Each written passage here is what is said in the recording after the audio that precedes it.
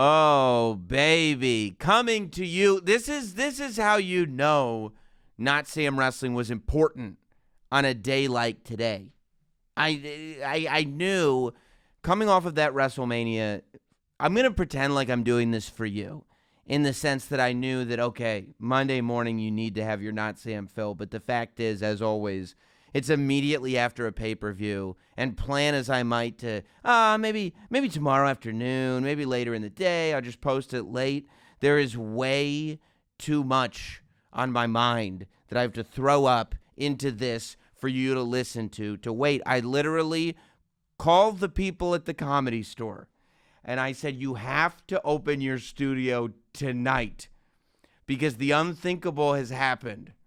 I was right. Yeah, look. It happens, and it happened again. So I've been saying on this show for, it's definitely been weeks, but probably months, justifying that Roman Reigns should retain against Cody Rhodes. You know, I mean, it was forecasted a year ago today, really. I mean, not to the day, but last year, the Raw after WrestleMania is when Cody started talking about coming back and winning the championship. It was like people assumed it might have been written into his contract that he was contractually obligated next year at WrestleMania to win the WWE Undisputed Universal Championship. And that he was going to do it for Dusty, and then he's talking about Dusty. You remember the commercials for Money in the Bank. Mysteriously, on the commercials, Cody goes, and the winner of Money in the Bank gets to cash in at WrestleMania. And everybody goes, when did Money in the Bank change? That was never a thing. But we go, oh, so clearly, like every person that makes every basic wrestling prediction went, here's what I think will happen. Cody will win the Money in the Bank and then go to WrestleMania and win the title. And it's like, oh yeah, you really thought about that, huh? Have you been watching? It must be decades that you've been watching this stuff. And then the unthinkable really did happen. Going into Hell in a Cell, Cody Rhodes tears his pec so badly that it's visible all down his right arm.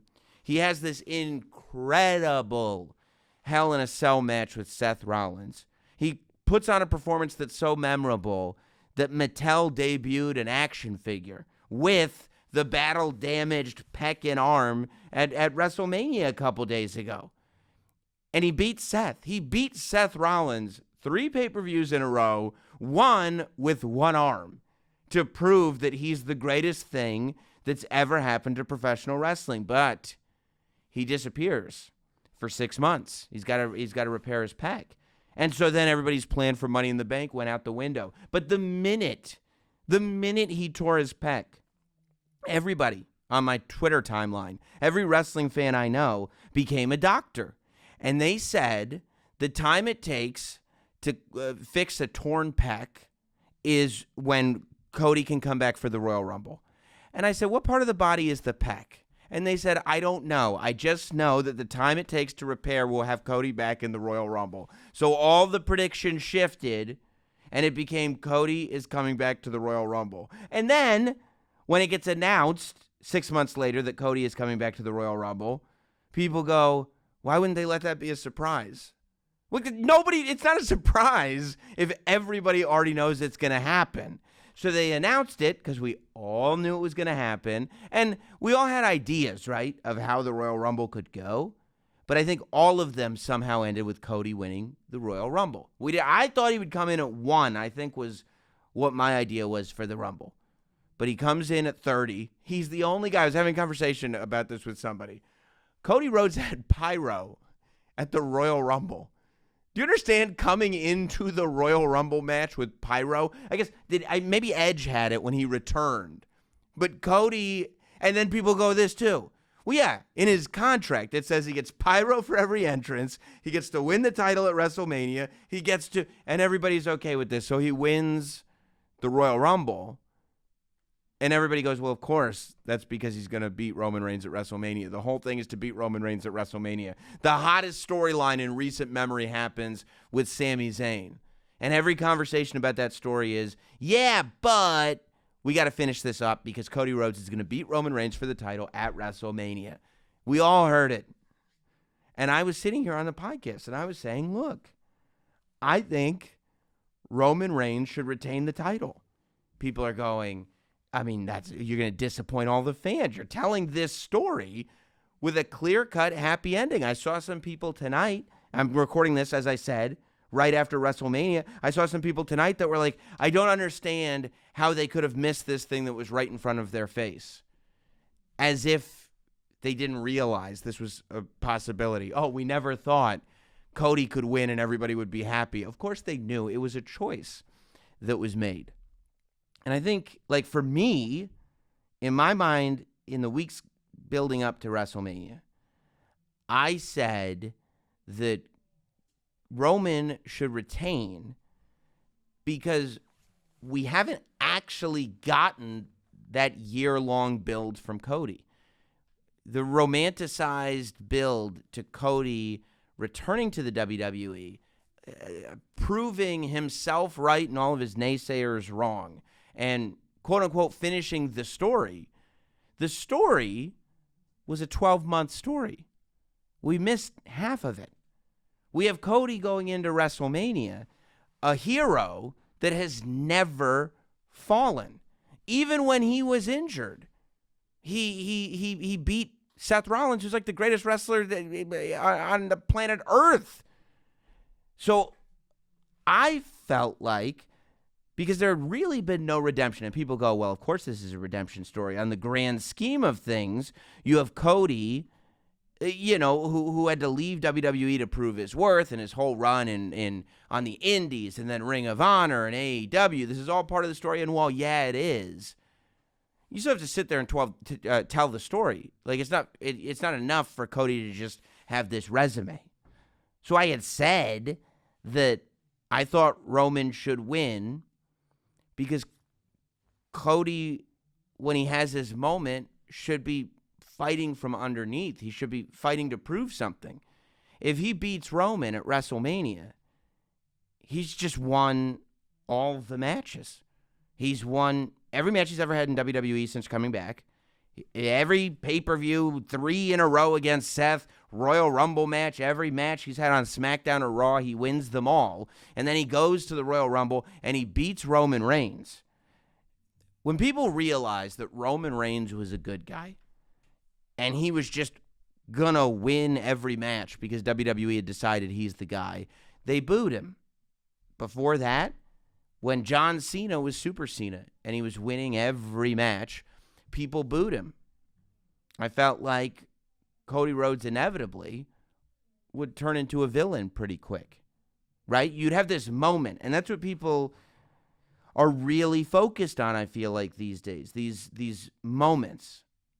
And I think the question is, what's more important, the story or the moment? Now, as we got closer to WrestleMania, I was sitting there going like, yeah, but I'm pretty sure Cody's going to win, right? Anybody that saw me in Los Angeles all week, that was the question, by the way, which is a real good sign.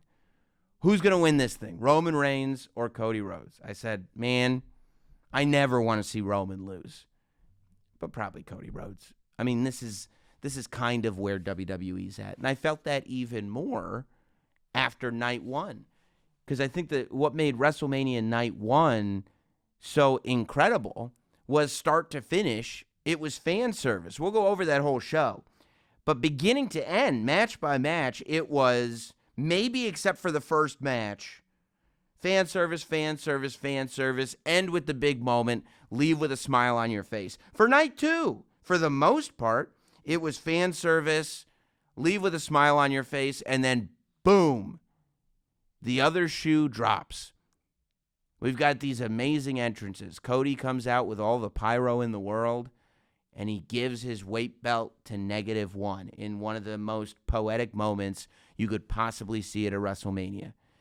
And he's got all, I mean, it's amazing. And then Roman comes out, and he's got pianos on the stage and all the pomp and circumstance of the biggest star that the industry has ever seen. as Roman Reigns walks to the ring. And Cody and Roman had an incredible WrestleMania match. Before the result had happened, people were on the edge of their seat. People were on the edge of their seat, whether they were watching on Peacock or whether they were in SoFi Stadium. I mean, those near falls all counted. The artful way Solo Sikoa got away with the chair shot earlier in the match. But then when he hit Cody with the weight belt and the referee heard it, he got ejected. Right? He got a little too confident. He got a little too comfortable. Now Solo Sikoa's gone. You know, the moment that you had the Usos come out, and it felt so familiar. Referee takes a bump. Usos interfere. The bloodline has that numbers advantage that can't be beat. And Roman Reigns retains the title again. Except this time, here come the new undisputed tag team champions of the world, Sami Zayn and Kevin Owens. And you get this feeling like, oh, things are different in the WWE right now. Things have changed. The odds have been even. Now the bloodline doesn't have this control over the promotion because Cody Rhodes, Sami Zayn, and Kevin Owens have figured out that the strength in numbers things, it works on both sides. But once KO and Sami Zayn had taken out the Usos, that's done. Except just because a referee bans Solo doesn't mean he's gone. And I mean, they set up a finish to the match that was so, like, it seemed like we're getting our storybook ending. And then we just didn't. Because Solo, out of nowhere, shows up and summons the spirits of Umaga and just delivers that Samoan spike right into the neck of Cody Rhodes as Roman Reigns is able to cover him and pin him. Dude, pin him for 1, 2, 3. I could not. I said, no way. There was this moment where you're like, I think this could be it, but no way. And then it was it. And I mean, it rained boos on Roman Reigns. Twitter would not stop talking. I saw so many memes. Did you really think Triple H forgot that you smashed the throne, Cody? Did you really? I saw one great one where Cody, it's the photo of Cody in the ring looking disappointed and Roman is victorious in the aisle. Except instead of Roman looking victorious in the aisle, it's like a foggy memory of Cody smashing the throne because this is Triple H's great revenge exacted upon Cody Rhodes. I love it. I love it. Anytime you get something happening in the wrestling world where the memes just start firing off, it's great. JR cursing out Triple H, you bastard! It's fantastic. I love it. Wrestling is supposed to drag an emotion out of you, and sometimes it's an emotion that's unpleasant. Look, the last time that I remember a WrestleMania match having a result that was this heartbreaking, I'm not going to say polarizing. I think polarizing is a cop-out term. Polarizing is what they used to say about John Cena when they didn't want to admit that everybody was booing him. Polarizing means we want them to cheer, but they're booing. That's not what this is. This was the bad guy winning. People got their hearts broken. And I think the last time there was a moment that was like this, where it was like, oh, like you couldn't believe, like they would never do this to me. What were they thinking? Was when Brock Lesnar beat The Undertaker at WrestleMania 30. It was just one of those moments that's unforgettable. Some people still think that Brock Lesnar beating The Undertaker at WrestleMania 30 was a mistake. The Undertaker, I think, has done interviews since saying he doesn't really think Brock needed to beat him. But as anybody that's listening to this podcast knows, I don't agree with that. I think that if you look at Brock Lesnar before he beat The Undertaker and after he beat The Undertaker, it's a totally different story. Brock Lesnar beats The Undertaker at WrestleMania and then squashes Cena the SummerSlam after WrestleMania 30. And we now have the Brock that we saw at this year's WrestleMania, where no matter what match he's in, there's at least a 50% chance that he's going to win, even when he's with Roman Reigns. Roman Reigns is one of those guys who never loses.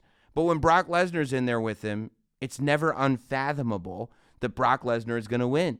And the reason for that is because he beat The Undertaker. He beat the streak. I mean, it legitimized an already legitimate threat beyond anything that I think the WWE has seen since. Now, we're at this point with Roman, and it is different. People kind of complain that it's the same, but it's different. And the reason that it's different is because Roman has won every match. This isn't the first Roman heartbreak. People really felt that energy in Cardiff. And they thought at Clash at the Castle, Drew would have his night. Even if Roman was going to take the title back on SmackDown, Drew will have his night. No, he won't. I don't care who's at ringside. I don't care who Tyson Fury wants to karaoke with at the end of the show. Roman's leaving strapped up. And then we get to Montreal. And I'm even on here. I got a video on the YouTube channel where I'm like, yeah, I think Sammy should have won. I should think Sammy should have won because I'm a fan. We should think that the good guy should have won, but the good guy ain't winning because Roman Reigns is the champion. And even after Roman broke our hearts with Sammy and he broke our hearts with Drew, we saw him beat Brock Lesnar twice. We saw him beat in a last man standing match. We saw him beat John Cena. We saw him stack Edge and Daniel Bryan on top of each other. And somehow, still, over 900 days into the reign, we go to WrestleMania thinking, I don't know, I think Roman's going to lose this one. And you could say, no, I knew Roman was going to win. If you knew Roman was going to win, you wouldn't be this mad. Right? The only reason that people reacted the way they reacted is because we all thought there was at least a 50% chance that Cody Rhodes was going to beat Roman Reigns. And so, where are they going after this? I don't know. I mean, I have confidence that they're not doing stuff with Roman willy-nilly. You know? I mean, maybe they are. Maybe they just decided on Sunday afternoon, yo, Cody, you're not going over. And he was like, I've been talking about my dad this entire time. What do you mean I'm not going over? Of course I'm going over. We've been telling this story. That's not the story we've been telling. Nope. By the way, thanks for smashing the throne. I don't know how it happened. I do wonder if Tony Khan was like texting MJF going, hey, Max, you sure? You sure? You still want to move to Stanford? I am confident in the fact that they're not messing around with the Roman Reigns character.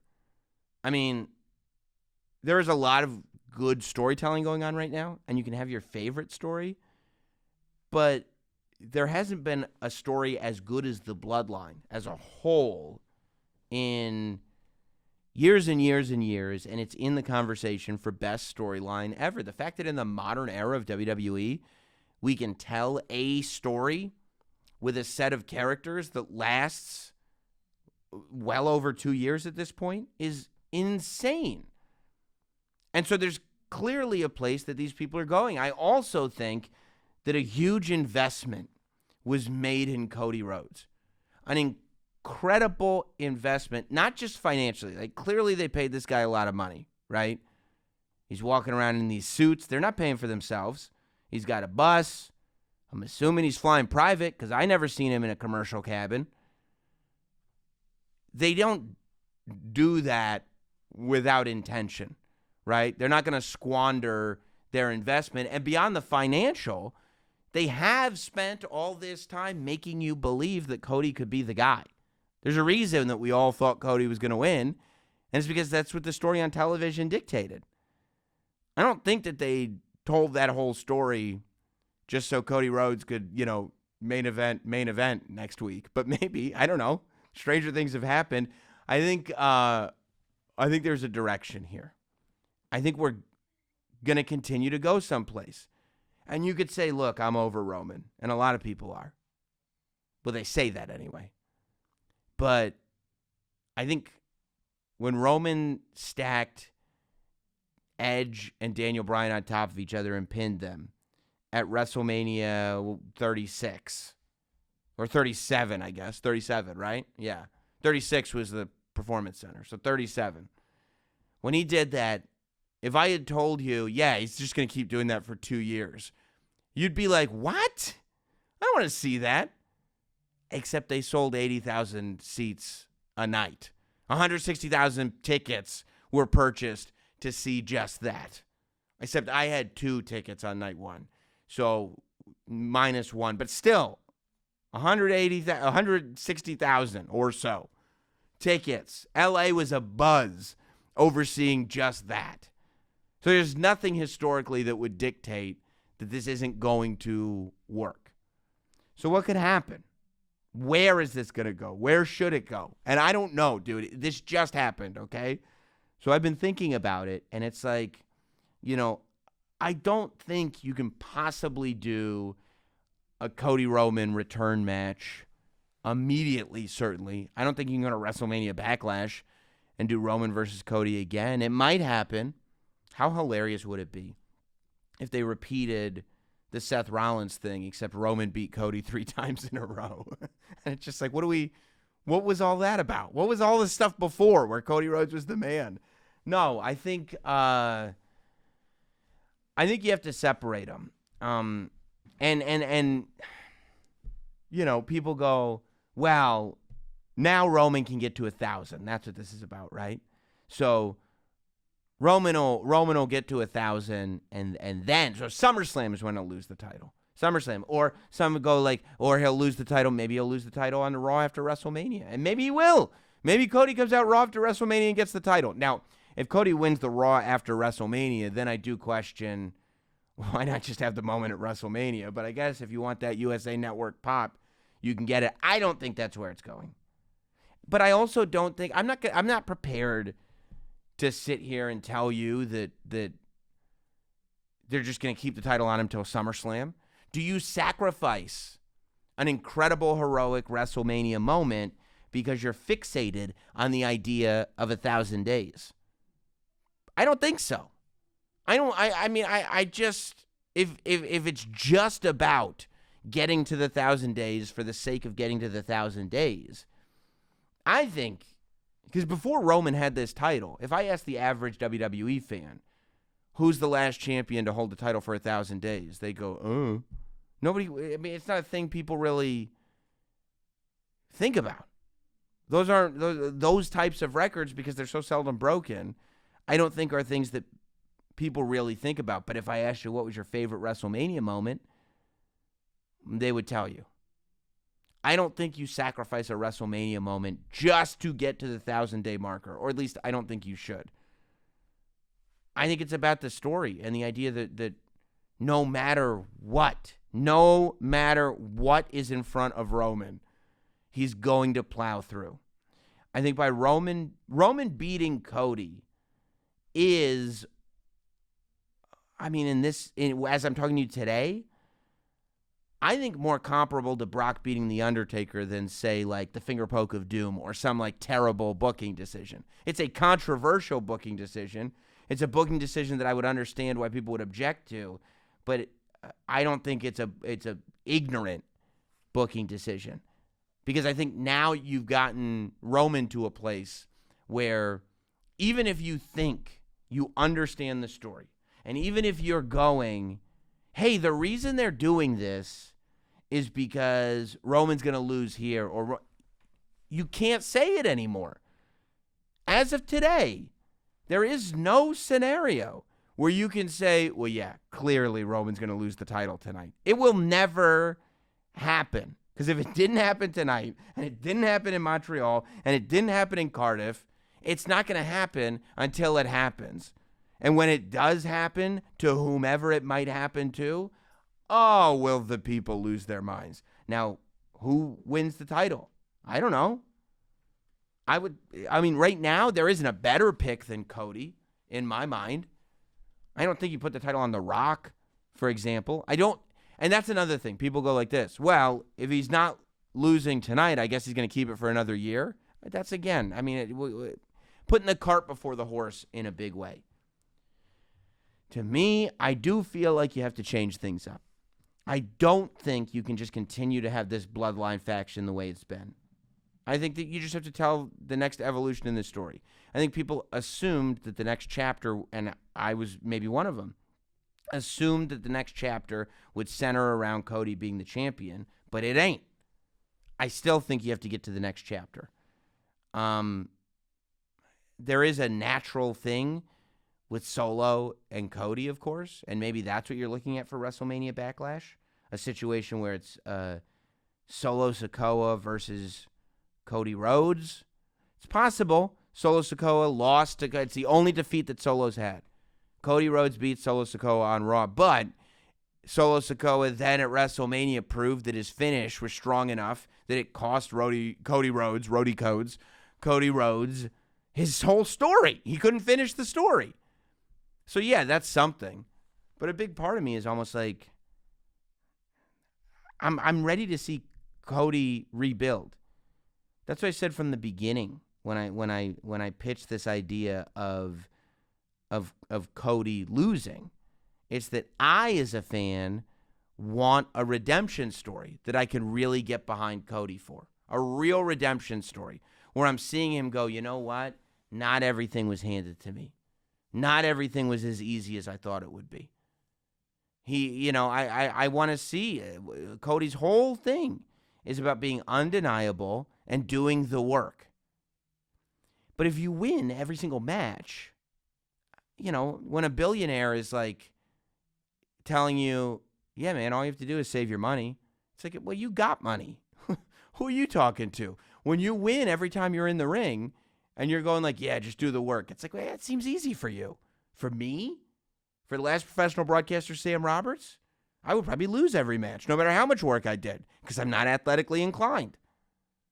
So I think the idea that, like, if the message is do the work, I want to see Cody do the work. I want to see him have to fight from beneath. I think, because I also, as much as I said Roman, it'd be great if Roman retained the title, I also said you have the potential to have the Bloodline lose everything and the Judgment Day gain everything at WrestleMania, and that absolutely did not happen.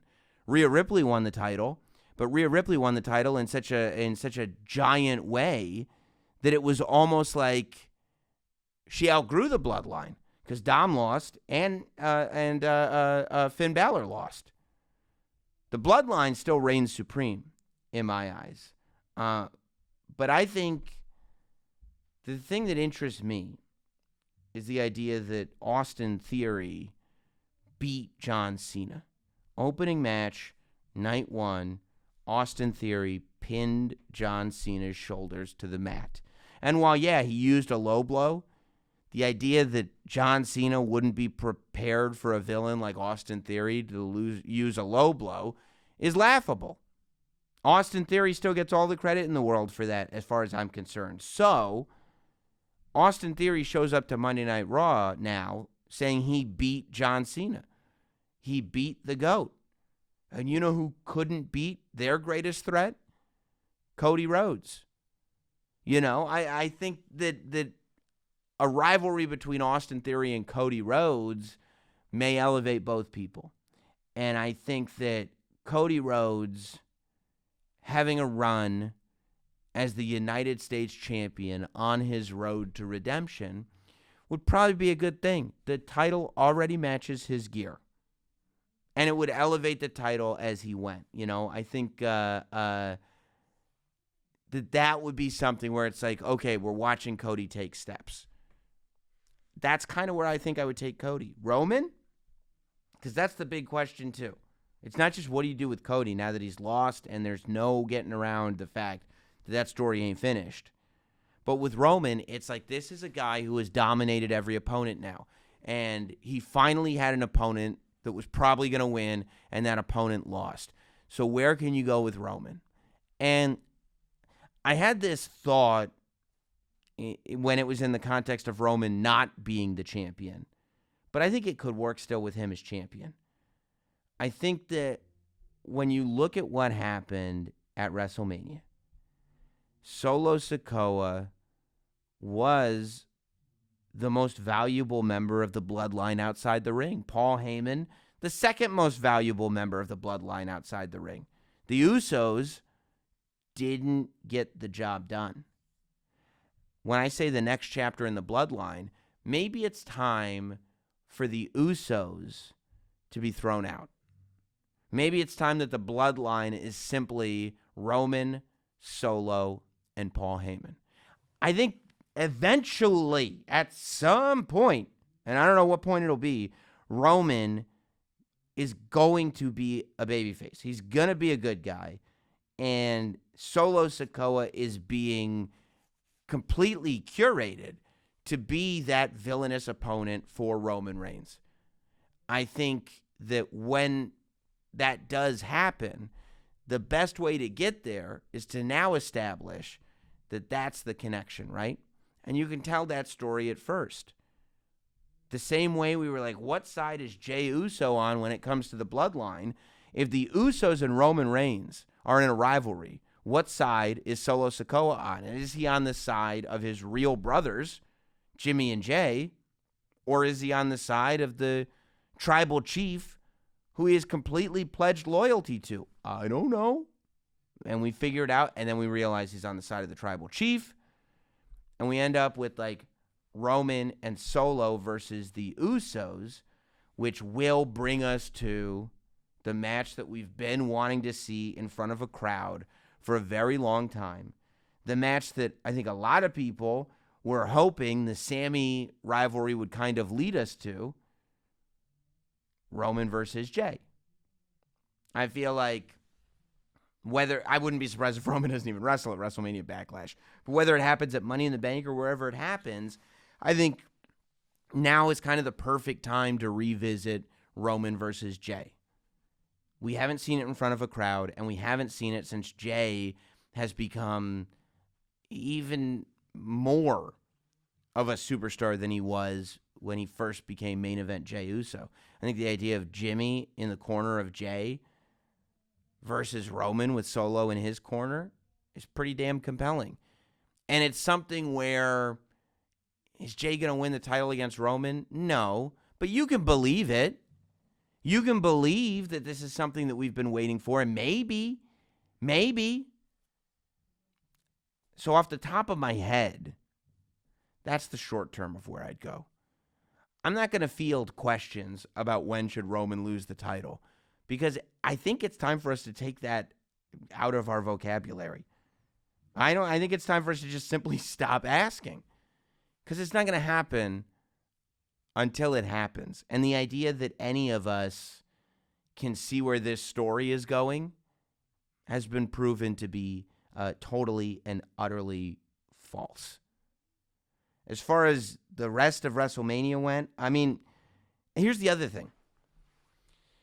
People were kind of critical because WrestleMania ended on such this disappointing note, on this note that left fans so bummed out. But the reality is that you had an entire night of fan service. You had your moment. Not only did you have your moment of heroism when Sami Zayn and Kevin Owens won the tag team championship, but you got it again when Sami interfered. Sami put the haluva kick on Roman. It wasn't enough to put him away. He's a tribal chief, but we still had that moment in the main event of night 2. But main event of night 1 was all flowers and candy and butterflies. There was nothing, and I think that's why everybody leaving night 1, I mean, it was comparable to last year. And last year, Stone Cold Steve Austin was in the main event. Night 1 had everybody leaving, like, remembering why they loved professional wrestling to begin with. Night 1 was this joyous celebration of everything that is WWE. You know night 1 was good because Hot Dog was trying to get scalp tickets for night 2. But he said, don't worry, fam. I'm going to get them right before the show starts because that's when they get cheap. But night 1 was so good that everybody in LA was like, me too, fam. And then they never got cheap. They sold out night 2. The tickets never got cheap. Right, Hot Dog? Yeah, he's saying yes. He went to In-N-Out. He didn't even go to WrestleMania night 2. I did. It was great. But that's how good night 1 was. I can't imagine. Like, I'll bet that Superstore sales are probably not going to be... This will probably be one of the slower nights for Superstore sales. I'll bet night 1 was great. I'll bet Saturday night they were just moving merch hand over fist selling those new tag team champions t-shirts, those new women's champion t-shirts. Everybody loved everything. I mean, the Austin Theory John Cena thing was the one, as I said earlier, moment that people were like, I don't know about that. But if you've got John Cena available for Monday Night Raw, he should beat Austin Theory. I'm going to take a wild guess that the reason that John Cena and Austin Theory opened up night 1 of WrestleMania is because by match 3, John Cena was on a plane. I'm going to take a wild guess here that John Cena ain't going to be seen on WWE TV for quite some time. And if you're not going to have John Cena on WWE TV for quite some time, Austin Theory needs to kick him in the dick and pin him. That's all you can do. And he did. And now we're going somewhere with Austin Theory. But everything else, I mean, the tag showcase, everybody was sleeping on this tag showcase, and it was incredible. You had multiple moments from the Viking Raider. It was a missed moonsault, but it was a moonsault nonetheless, a spectacle of all spectacles. This Ricochet jumping off the top rope and just hanging out in midair for about 28 seconds. I've never seen anything like that before. Braun Strowman doing a couple laps around the ring. I mean, it was like such a fun match. It was everything that match could have been. Street Profits won. I kind of thought that Ricochet and Braun would win because I feel like, I mean, you know, people tease Braun Strowman, but that Ricochet Braun Strowman team is getting over. You had, again, I mean, just fun. Rollins versus Logan Paul was just a fun match.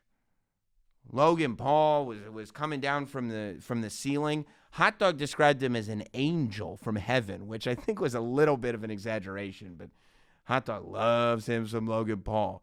He's coming out to the ring with that Prime bottle that was dancing as he went. It was just like the fact that they're leaning in so hard to the natural douchebaggery of Logan Paul is beautiful. That's what you should be doing.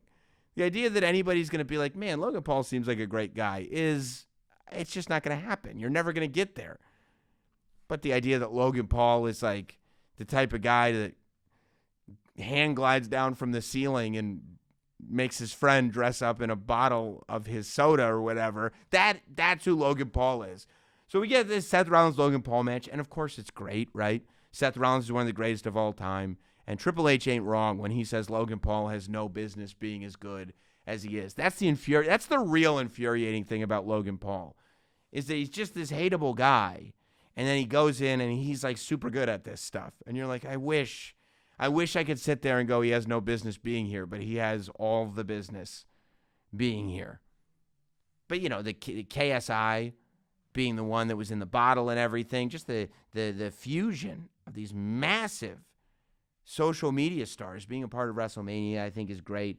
I mean, you know, the women's 6-person tag, Trish and Lita being in there is great. Good guys win. Everybody's going to feel good.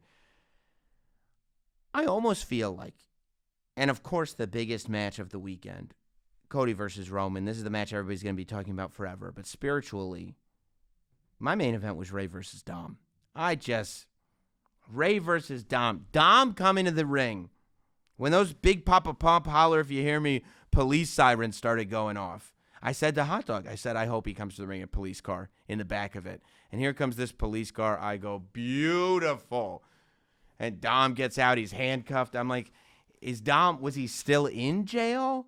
When he went to jail, was he under some kind of like a house arrest situation? I don't understand, because I think he just did one night in lockup, but for some reason is still in custody today. It doesn't matter, because it was great. He had his Rey Mysterio mask on, very mockingly. Ray coming out in the lowrider with Snoop Dogg, and then Eddie Guerrero's music, and then the Ray music. I mean, what a weekend for Rey Mysterio. And the minute that I saw Bad Bunny on commentary, I said, okay, Benito's back. We know we're going to Puerto Rico for Backlash. I think that once we realized that it wasn't going to be Ray's last match, if this was Ray's retirement match, then 100% Dom should win. But if it's not, I was incredibly happy with the way everything went and the outcome. And the reason I was happy is because I'm sitting there going, this Ray versus Dom thing has been so good, and Dom is finally over. What more can you possibly do with the kid? How do you go after the Ray thing? What's big enough that he's still going to be that guy? And the answer is Bad Bunny. Yeah, that's big enough. And it'll also be a good test for Dominic. Is Dominic in the position where he can have a great match with Bad Bunny? I want to see. But I would imagine it's possible that we're either going to see, we could see like Dom and Damian Priest versus Ray and Bad Bunny. I think that which would then cure the problem of the singles match. But I really just want to see Dom versus Bad Bunny. I want the world for Dominic. I just love everything about President Dom. I want the world for him. I want there to be a singles match with Bad Bunny. I think that WrestleMania Backlash is already pretty much sold out. So I don't know if there would be any value in having Bad Bunny actually wrestle at that show. If you've already sold out the show based on him being the host, I feel like it makes more sense to try to get him for another gig and actually have him wrestle. Like, see if you can hold off the Bad Bunny match until SummerSlam when you got to fill up a stadium in Detroit. That would, for me, be the move. Or move Backlash into a stadium in Puerto Rico and have Bad Bunny wrestle, because you will sell out that stadium. But it was, looking back, in terms of just stuff that made me happy as a fan, Ray versus Dom might have been my favorite. I love Rhea versus Charlotte. Classic women's match. Awesome. The right person won. Great. Just, again, fan service. Everybody feeling good. If you recall, here on this podcast, I said there's probably going to be some segment with The Miz.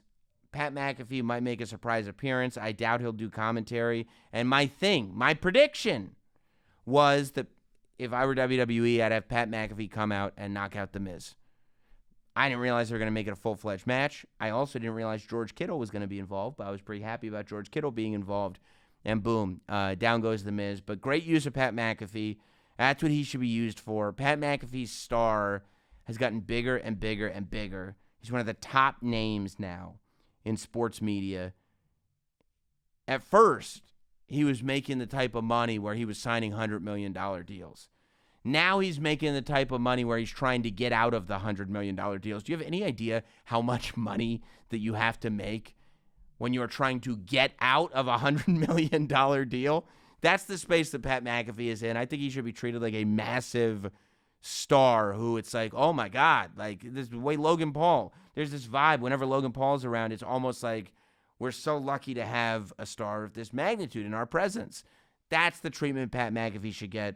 I wish he was on SmackDown every week. He's a great commentator. I love Wade Barrett too. But just in terms of sheer value, I almost feel like not having Pat just come out and do these surprise shots puts him on that higher pedestal. And I really, really like that for Pat. And then, of course, ending with Sammy and KO winning. One of the greatest tag team matches in the history of WrestleMania. One of the great feel-good moments.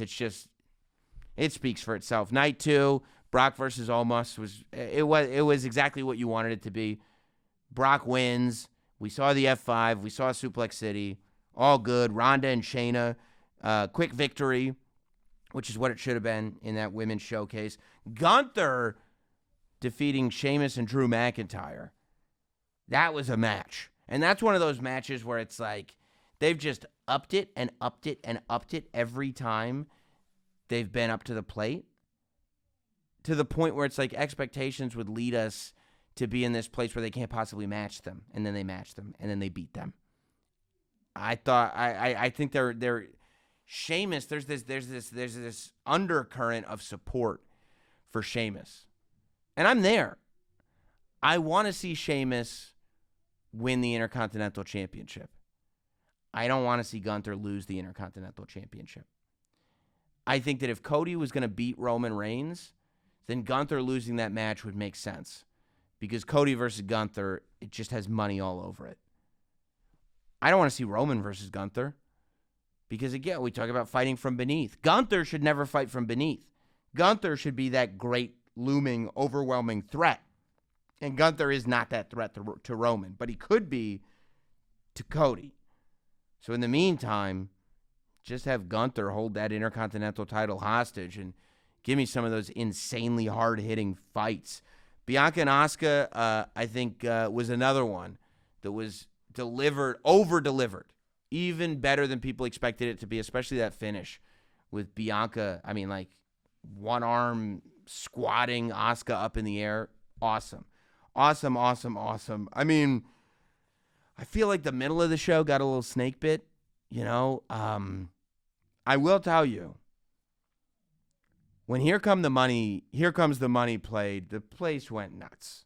The place went crazy. Shane McMahon might be the king of returns. Nobody hides a return like Shane McMahon. Shane McMahon is real good at leaving the WWE and convincing everybody that he's quit the business and he will never be back. And then he comes back on a day that nobody expected him to, and you go, I can't believe it. And there's just something about that music and the shimmying and stuff that Shane McMahon, ageless as he is, just comes out in that baseball jersey, and you're happy to see him. I don't know how Shane McMahon went from, like, being the kid. Like, he was Vince McMahon's son. It was like, we're putting him in matches because he shouldn't be in matches, to now it's like, oh, no. He won the Best Wrestler in the World tournament, if you remember. He's as good as it gets. But poor Shane. That's where they started having to do some recovery. Shane, 30 seconds into this impromptu match with The Miz, apparently tears his quad, which is what we heard from Triple H at the post-WrestleMania press conference, that was the injury. Shane tears his quad. He's laying down in the middle of the ring, in the middle of WrestleMania, the worst possible time for that to happen. And it's just these McMahons. I guess they have very terrible quads. They must have thin quads. I don't know. Because the dad is going to Royal Rumble tearing quads. Now Shane's going to WrestleMania tearing quads. It's the injury that Vince got when he slid into the Royal Rumble ring all those years ago. Snoop Dogg coming in and calling a pure audible. Like, there was no plan for Snoop Dogg to deliver a people's elbow and pin The Miz. It's just instinct kicked in. I'm sure the referee, let Snoop know, hey, we need you here, bud. But Snoop throwing his glasses out in the crowd, dropping the people's elbow, and The Miz being there to just do business. Okay, I was supposed to get beat by Pat McAfee and Shane McMahon. Now I guess I'll get beat by Snoop Dogg. It was only 12 years ago that The Miz went to WrestleMania as the WWE champion. And now he's being beaten by Snoop Dogg. I mean, God bless The Miz. That's the type of soldier that you want. And then I felt bad for Edge and the Demon, Brood Edge, which I didn't know the name was Brood Edge. Like, I thought that was like the description. Like, it's like Edge from the Brood. It's like, oh yeah, that's Brood Edge. But then it went up on the Titantron, so it was like, this is Brood Edge. And I was like, oh, is that his first name? I thought it was just, oh, okay. How's it go? Would I call him Brood or Mr. Edge? Okay, but Brood Edge comes out. And I mean, the entrances in this match were phenomenal. Edge with the helmet on, Slayer's playing, the wings come out. But I love that Edge does this. Every time, and because he did this at SummerSlam last year, every time Edge has like a special entrance, it's only half an entrance. I don't know if it's Edge's call or if it's Hunter's call or if mustachioed Vince McMahon is making the calls. I don't know. But somebody goes, we still need, you think you know me. Whoever's making the call is brilliant because 80,000 people were in that stadium going, on this day, I see clearly. And Edge was lost in it. You could see him in that Hell in a Cell. I get to Finn Balor, and then remind me to say something about Hell in a Cell. So, then Finn Balor comes out as the Demon. People were wondering, will he be red? Will he be purple? Gotcha. Red with purple trim. Bet you didn't see that one coming. I just felt bad that, like, the match had to be paused because Finn had this huge gash in his head, and he Instagrammed a photo of it, and it is absolutely disgusting. But there is something ironic about the fact that we're now pausing Hell in a Cell matches because we don't have too much blood. It was just real tough for those guys because they had to stop the match so that Finn's head could get fixed, which completely slowed the momentum down. And then just as they started to pick it back up, a sponsor thing came up and the whole arena stadium started booing the sponsors at some point at WrestleMania, which was, it's kind of hilarious. But they did get it back because Finn Balor and Edge are about as good as it gets. And what I wanted to say about that Hell in a Cell, I want to go back to whoever's making these calls, because I'm even more happy than I am that the Demon's back. I'm happier than the fact that that Hell in a Cell is no longer a pay-per-view. The headline here is that it's back to being silver. Oh, thank God. It's not red anymore. I loathed the red Hell in a Cell, and I think I've talked about it before, the way it looked like a toy. It didn't look dangerous anymore. It didn't look like you were getting thrown into a fence on the schoolyard. It didn't look like it wasn't realistic. It wasn't relatable, because I've never seen a red fence before. It's like a green duck. I've never seen it.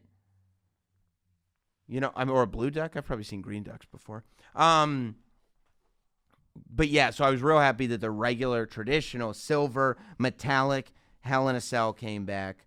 And glad that those guys were able to pick it up and finish strong. And then we had our main event, which I talked about at length already.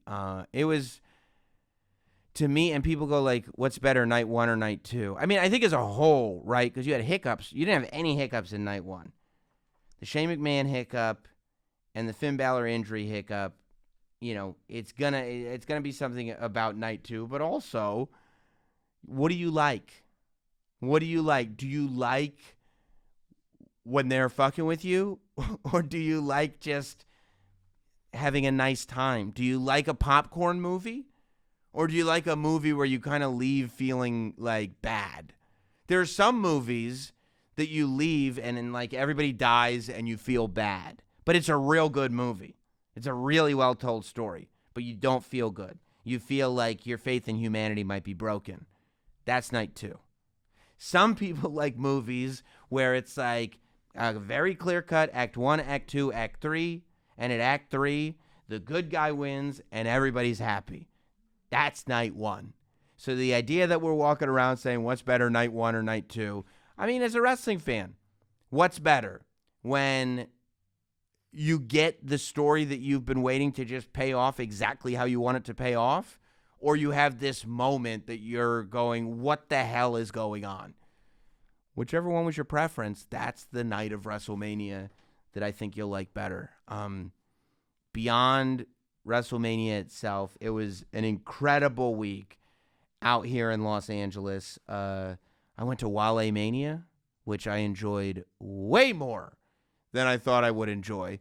It was incredible. I was a part of the Busted Open show, who was out here in Los Angeles doing shows. We talked to Braun Breaker, LA Knight, Johnny Gargano. Speaking of Johnny Gargano, I did a ton of stuff with him and the Mattel Elite Squad. We did a panel on Friday night. I think there's an Elite Squad video from the booth that either has gone up or will go up very, very soon.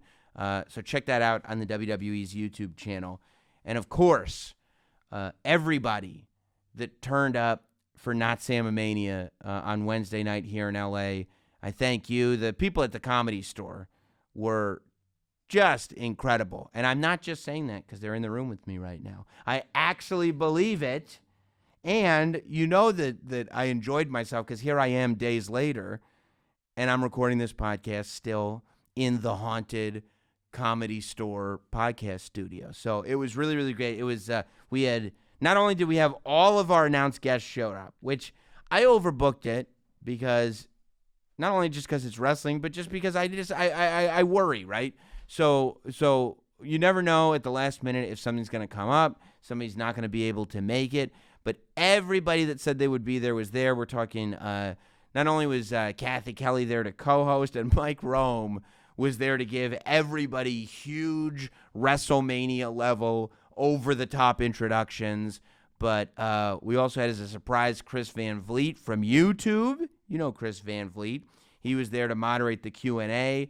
We had X-Pac, Dolph Ziggler, Baron Corbin, Medusa, who had heat with Baron Corbin that I didn't know about and made for some very kind of weird, tense moments in the beginning. But we got past it. I think it ended up being okay. We had Medusa. You had Will Sasso, who was just busting out. First, I was just going to bring him on and talk about how he actually had, like, a match with Bret Hart, but he was just busting out. Wrestling impression after wrestling impression. It was great. And then as a surprise, because I didn't even know they were coming until day of, they just, Legado del Fantasma, Joaquin Wilde and Santos Escobar. Oh, I'm sorry. They were Legado, to be fair, they were Legado del Fantasma. We actually got, this is why you got to come to my live events. We got the last appearance of Legado del Fantasma in history. Because right after Notsam Mania, they went to WrestleMania SmackDown, and they became the LWO. They brought back the LWO. We had the LWO minus El Dandy at our show at the Comedy Store. So it was great. We were running video on the whole thing, so Hot Dog's got to edit it, which means it should be up within 9 months. He said he considers all his videos his children, and that's why they take 9 months to make. And it's annoying, but they come out good. So it should be up before too long. But it was a great time, and I'm glad all of you that came out for it. And there were a lot of yous. I really appreciate you guys coming out, and for if you can see the video of this Trophy Smack for making the Not Sam Last Professional Broadcaster Championship title, which was presented to me by the boys at the Comedy Store Wrestling Podcast. And I think Medusa was eyeing it to try to throw it out, but she saw it, realized it was so beautiful that she could never with the Not Sam title. So we'll find a place for that in the Not Sam studio when we're back in New York. How long is Roman Reigns going to hold the WWE Championship? I don't think we're talking 1,000 days, right? We got to look at the real records. If Roman's going to be the greatest of all time, what is Bruno Sammartino's record? I think 12 years.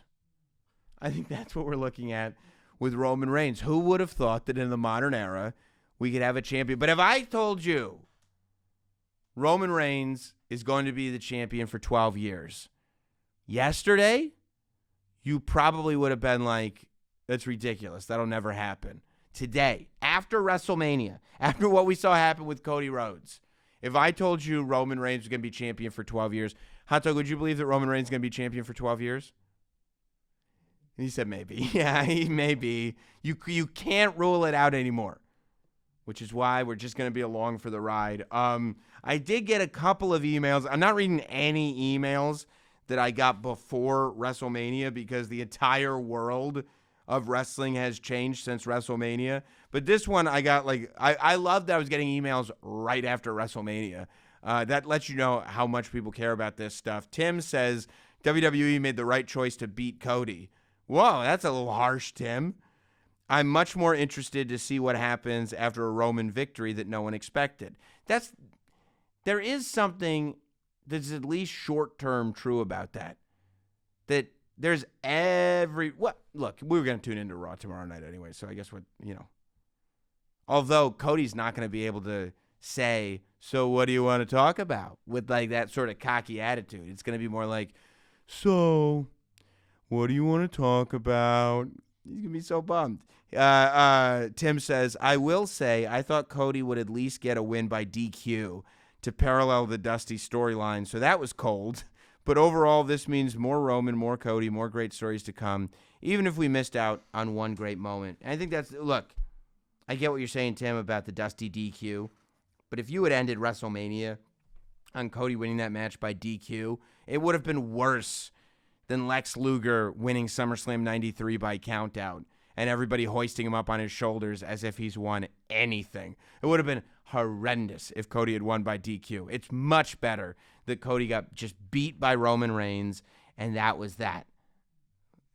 What's next is the question. I mean, the end of your email got me. It was, it means more Roman, more Cody, more great stories to come, even if we missed out on one great moment.